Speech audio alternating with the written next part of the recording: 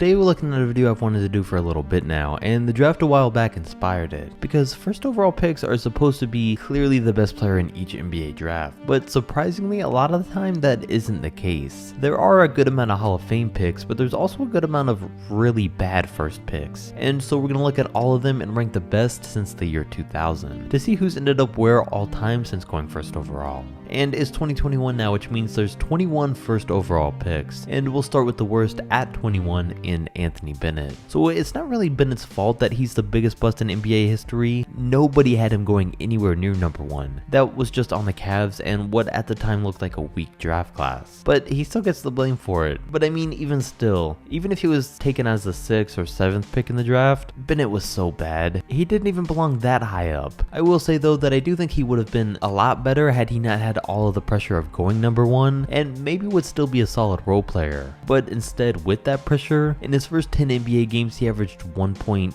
rebounds and 0.3 assists. It also took him 33 games to score in double figures, and he only played 4 seasons in the NBA, playing for a different team every single year and only ever starting 4 games. So yeah, it was bad. For number 20, we had to give it to Greg Oden, and Oden's thought of as almost as much of a bust as Bennett, but for different reasons. He actually had a ton of potential and did deserve to go first overall, but due to his body being made of glass bones and paper skin, he never lived up to anywhere near the hype, and his constant injuries were one of the worst cases we've ever seen in the NBA. Across his 7-year career, he missed 4 entire seasons with knee problems, and only played 100 total games. So like the Cavs with Bennett, the Blazers also really got nothing out of drafting Greg Oden. But it hurt for them way more knowing that they chose him over Kevin Durant, who they could have drafted instead. Then at 19, we have Kwame Brown, who for a long time was thought of as the biggest bust of all time until Anthony Bennett came along. Because he was drafted first overall straight out of high school, so he was expected to be great, but he only had 1 season averaging double digits in points, never averaged double digits in rebounds, and became a role player almost immediately after getting drafted. The only reason he doesn't rank last is because he did have a 12-year career where he was okay defensively, so I guess he can rank over Anthony and Oden. At 18 though, it goes to Anthony Edwards, just for the simple fact that he's barely played any games in the league yet. He's looked solid so far, but it's still way too early to make any judgments, besides the fact that it does look like he'll at least have a much better career than the guys he's ranked ahead of. For number 17, it goes to Andrea Barnyani. Now, Barnyani was a good scorer. He averaged 21 a game 1 season, and around that number for 2 others, by being a tall stretch 4 that could also handle the ball, and that's why he got drafted first overall. He started his career overseas, and for it being early in the 2000s, his playstyle drew a lot of comparisons to Dirk Nowitzki. Now, we've learned a few things since then. Barnyani was way ahead of his time before stretch 4s were as coveted as they are today, but was also no Dirk and really shouldn't have gone first. He had bad defense, had more career turnovers than assists, and injuries didn't help him out at all either. Then at number 16, there's Markelle Fultz. Nothing against Markelle here. His career started with him looking like one of the biggest busts ever, but now he's finally starting to turn things around, which is great, and if he keeps up the pace that he's at to start this season, he will deserve to rank higher. But until we see what he does for an extended period of time, he still ranks here.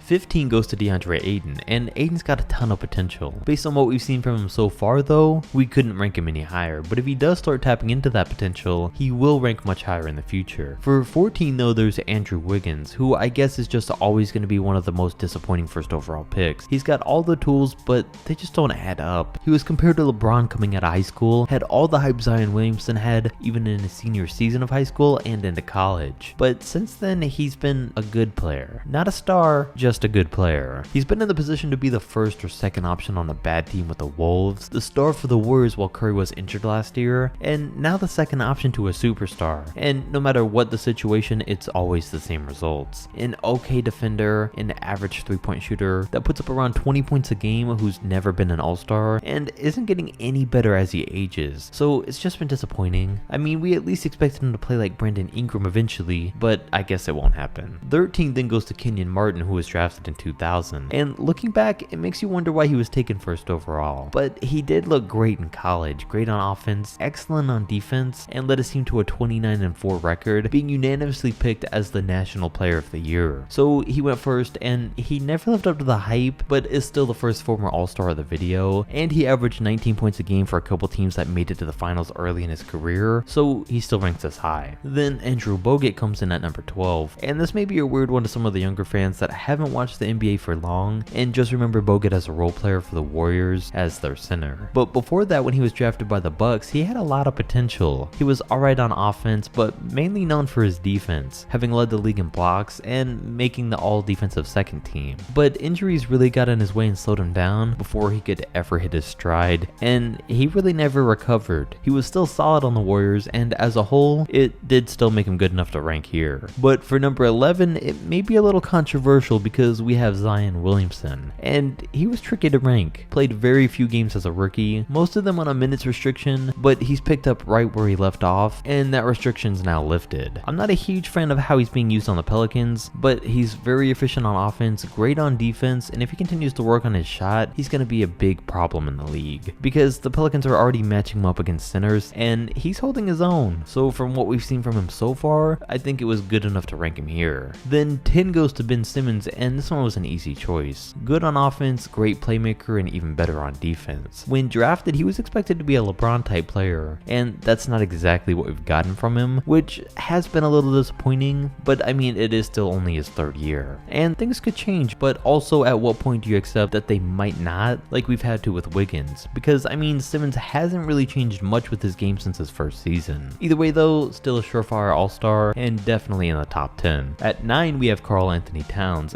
and some people might rank Ben over Towns, but the way I look at it is Ben's a better defender than Karl, but Towns' overall offense is much better than Simmons, so he takes the edge. Plus, both men have been all-stars, but this is Towns' 6th year in the league compared to Simmons' 3rd. And the only thing left that Simmons has over him is getting wins, but of course that's hard to knock one individual player for, especially when they play on the Wolves. The 8th spot is taken by John Wall, and it was easy to rank him here. Even through injuries, you can't argue how good his Wizards days were, and it looks like he's picking up right where he left off for the Rockets. Back in Washington though, he was easily one of the top point guards in the league, averaging 23 and 10 at his best, having been a 5-time All-Star, and it's crazy, we all know John Wall had the craziest high school mixtape ever, so he was really almost taken first overall out of high school. But while officials were determining if he'd be eligible for the draft since he was already 19, he just decided to do 1 year at Kentucky, where he didn't disappoint and still ended up going first overall. Number 7, Blake Griffin. Another unanimous first overall pick where there was no debate for the Clippers when picking Blake because he looked like a superstar at Oklahoma, and he started to live up to the hype in LA, especially with CP joining the team and helping elevate him. He was a multiple-time All-Star, always helped the Clippers to look like real contenders, but eventually he just plateaued. Never really got better, kept dealing with nagging injuries, and still is today. So even though it now looks like his best days are behind him, he ranks here for how good he was at the time. For number 6, it goes to a guy a lot of people forget about, and that's Yao Ming. At the time of going first, he was just this real-life monster that started making noise in China. He was a 7'6" man that started dominating on the other side of the world, that averaged 40 points and 20 rebounds on 76% shooting in the CBA. So he went first overall, and had a real solid NBA career even though it only lasted 8 seasons. No surprise though that his career ended due to injuries. But then for number 5, it goes to Derrick Rose. And as we know, Rose has been a bench player for a few years now. He was fighting injuries for years before that, but before all of that, as we know, he was the youngest MVP ever, and that's why he ranks this high. The first MVP of the video, and had it not been for injuries, Derrick may very well still have been the best point guard in the NBA today. Number 4, Kyrie Irving. So now we have the first player on this list that really helped lead this team to a championship, like he did with the Cavs in 2016. He's been a superstar player ever since high school, and most of the time since being in the NBA, he's been considered one of the best point guards. So I think there's really no arguments as to having Kyrie here. Number 3, Dwight Howard, and this was tricky, whether to rank Dwight at 3 or 2. Also, side note, I'll also mention it's just weird to think about the fact that Dwight was drafted first overall 1 year after LeBron was drafted first, and look where they're both at now in their careers. But okay, back to Dwight. So he was a 3-time Defensive Player of the Year, one of the best interior defenders ever, led his team to the finals, led the league in rebounds 5 years in a row and in blocks twice. He's definitely a surefire Hall of Famer, but I still give the slight edge to number 2 in Anthony Davis. Now, AD is a great defender, but I would give the slight edge on that end to Dwight, and also alone, Davis couldn't even put together a winning season, while Dwight led his team to the finals, and that's the case for Dwight ranking over him. But my case for Davis ranking here, well, it's the fact that Dwight was never fantastic on offense, and while while they're both almost evenly matched in terms of defense, rebounds, and blocks, Davis is by far the better player in most every other category. Scoring, shooting, three-point shooting, mid-range free throws, steals, outside defense, and you get the point. Plus, when you compare his and Dwight's longevity, he just easily takes this one. And then obviously number 1 goes to LeBron. By far the best first overall pick of the 2000s, and a lot of people's pick for the best number 1 pick of all time. Taken in 2003, and 18 years later, he's still making his case too. If you enjoyed the video, don't forget to subscribe, and I'll catch you next time.